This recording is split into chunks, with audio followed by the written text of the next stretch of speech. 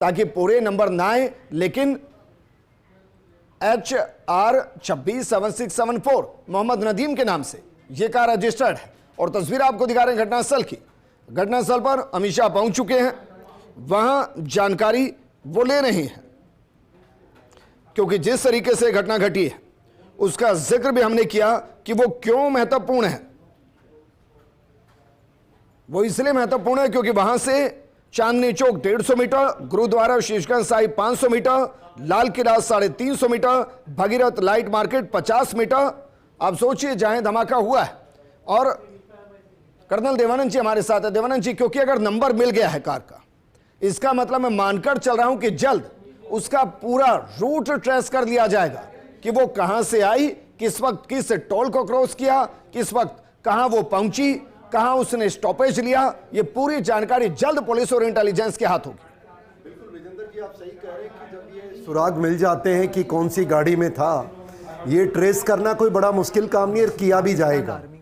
पर यहाँ मैं दो बात बताना चाहता हूँ कि जो ये कार के अंदर एक्सप्लोजिव रखा गया, क्या ये एक्सप्लोजिव उस कार के अंदर उनकी अनुमति थी, उसको पता था? क्योंकि आजकल देखिए जो इस प्रकार के आतंकवादी हमले होते हैं उसमें जब एक आदमी से दूसरे आदमी का लिंक को पूरी तरीके से छुपाने के प्रयास किए जाते हैं, जिससे कि अगर वो पकड़ा भी जाए तो जब उसका इन्वेस्टिगेशन इंटरोगेशन हो तो वो उसके लीड वाले लोगों से दूरी बना के रख पाए।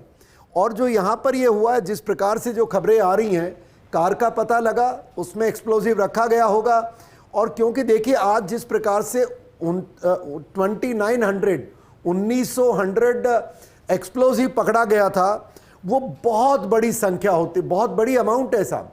और उसको कहाँ, किस खेप को कहाँ कहाँ ले जाना था, मैं मानता हूँ उसके ऊपर ज़रूर कार्रवाई चल रही होगी। और ये इस छोटे से जो अभी ब्लास्ट हुआ है, ये कहीं जब पकड़ा गया तो आखिर में हताश के अंदर उनको कहा होगा उनके हैंडलर्स ने कि तुम कुछ भी करो, कहीं भी जाओ, कुछ तो करो जी। उस तरीके से इन्होंने किया होगा। नहीं, लेकिन पर अब मेरी सरकार वाकई में कोई आतंकवादी का इतना ब्रेन वॉश हो सकता है कि पूरे तरीके से जाहिल हो जाए?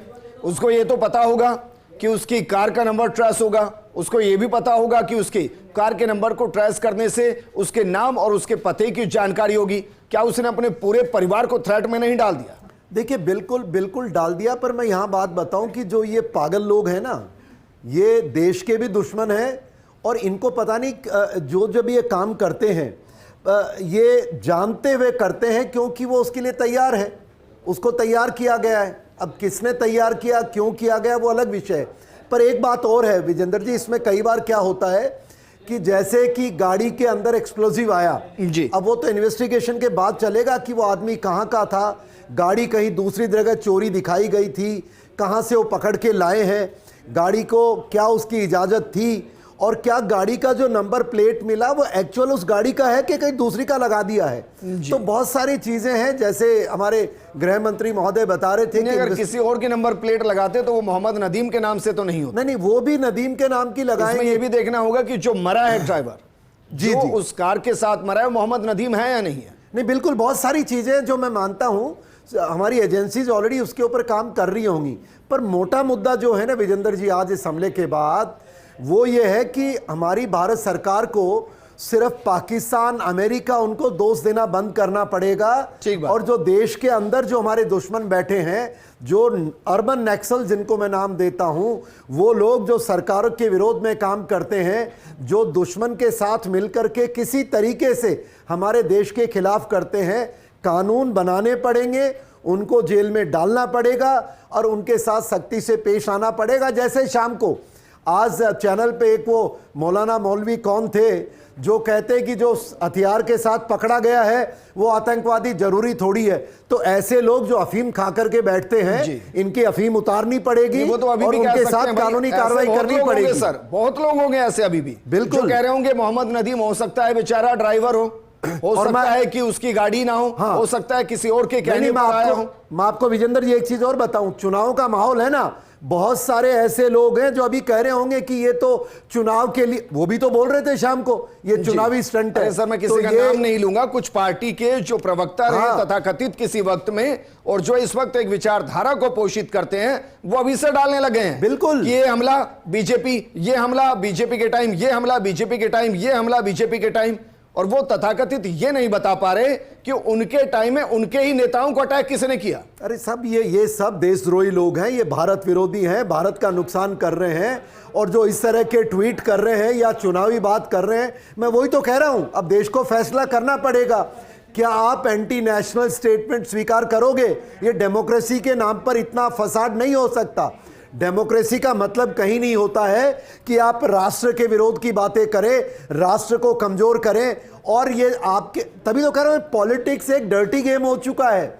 जो अच्छे काम देश के लिए करना चाहे उसको भी आप अंडर प्रेशर डाल दो। अब बिहार चुनाव में क्या नागरिकों को बेवकूफ समझते हो?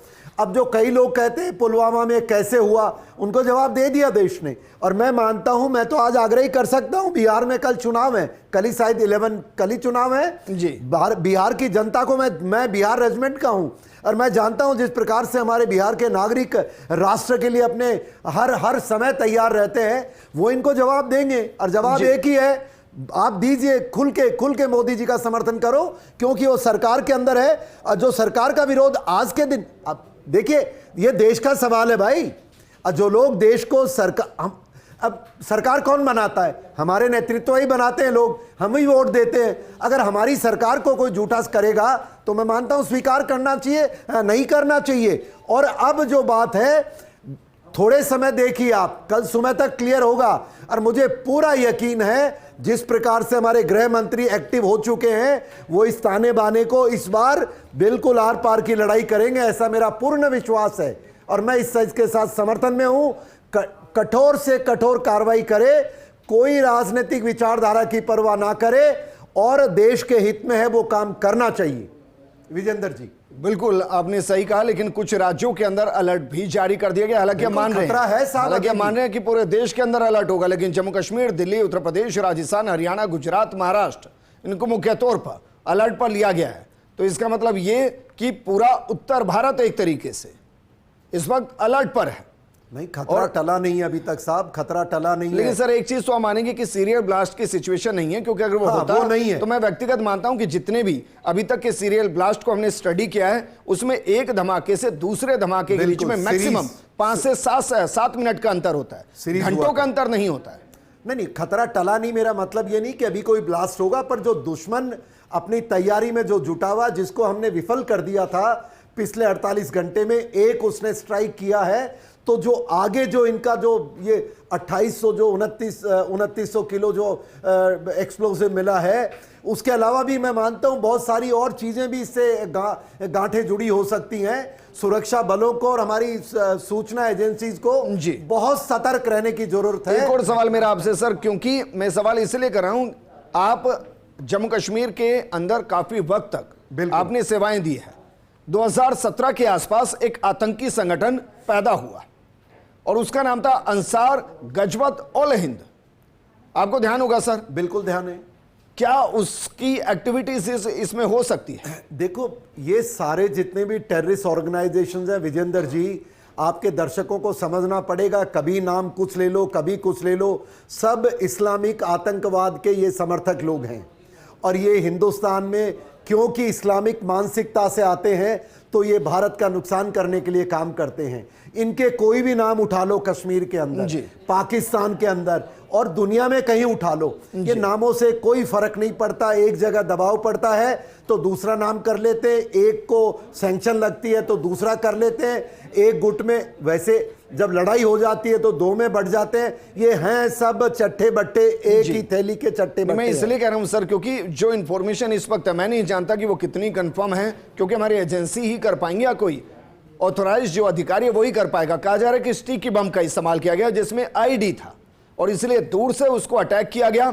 और संभावना है कि उस स्टिकी बम को जो I-20 कार है या तो उसके अंदर रखा गया या फिर उसके फ्यूल पॉइंट के साथ उसको अटैच किया गया और इसलिए व्यापक स्तर पर यह धमाका हुआ है। लेकिन मैं क्यों कह रहा हूं, क्योंकि जिसका मैंने अभी जिक्र किया उसका संस्थापक कौन है?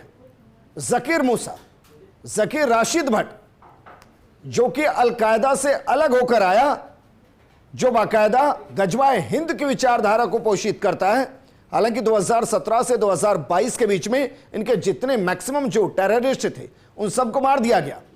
दूसरा कनेक्शन जो स्टिकी बम्स है वो अलकायदा ही बनाता है। क्या इसके अंदर वाकई में, इसलिए मैं कह रहा हूं, क्या ये हाथ हो सकता है? और सारे जो है वो कश्मीर से हैं, कश्मीर के उस हिस्से से जहां इस्लामिक कट्टरतावाद काफी लंबे वक्त तक बढ़ी रही है। विजेंद्र जी, आप जो बता रहे हैं स्टिकी बम, मैं दर्शकों को बता दूं कि कोई भी आईडी मतलब कि वो इम्प्रोवाइज एक्सप्लोजिव डिवाइस होता है, और वो अगर आप जैसा बता रहे हैं चिपकाना है या कहीं रखा हो तो बिल्कुल संभव है, इसमें कोई दो राय नहीं है। और इस भीड़ का जिस प्रकार से जो गाड़ियों की जो बात समझी जा रही है, उस रेड लाइट के ऊपर इसमें ब्लास्ट किया गया है, बहुत सोचे समझे तरीके से किया गया है। हमारे वो शीशगंज गुरुद्वारा साहब भी नज़दीक थे, रेलवे स्टेशन भी नज़दीक है उसके, लाल किला भी। तो ये बातें जो जिस प्रकार का टिपिकल बॉम्ब इस्तेमाल किया गया एक्सप्लोसिव डाल करके, वो सही हो सकता है।